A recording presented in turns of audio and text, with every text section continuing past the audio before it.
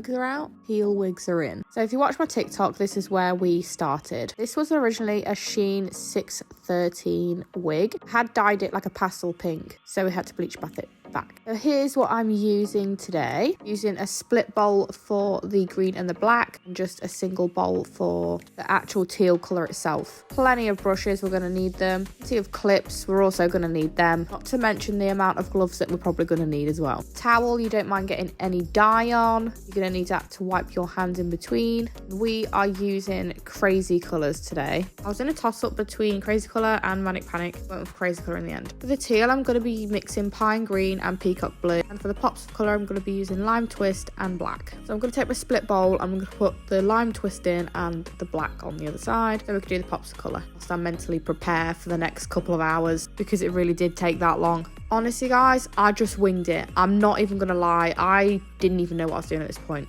I was just picking random bits of hair, and I know that sounds messy, but I was trying to place the random pops of colour where I knew that they would be seen. So on the first layer I do black, green, black. Please don't forget to wipe your hands in between colours. And then the next layers I would do green, black, green, and so on. I don't know what I thought I was showing you here because the camera was not focused at all.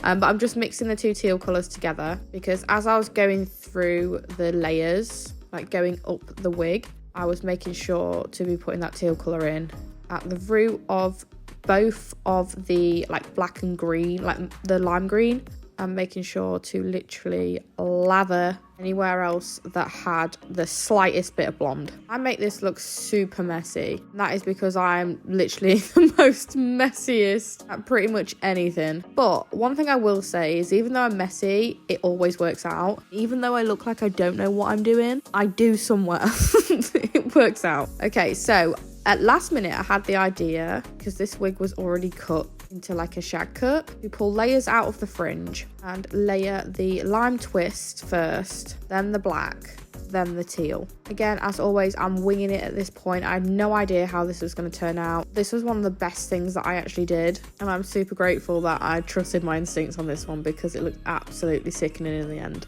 So before I went in and did the black, I did rip off a little bit of cling film. You can use foil if you like. Make sure to lay that over the green so the black doesn't bleed into the green. And just make sure that it's like super at the root and properly stuck down. Like, make sure you're pushing down on that. Not gonna lie, I was pooing my pants a little bit at this bit, but it laid really, really well. None of the colours bled.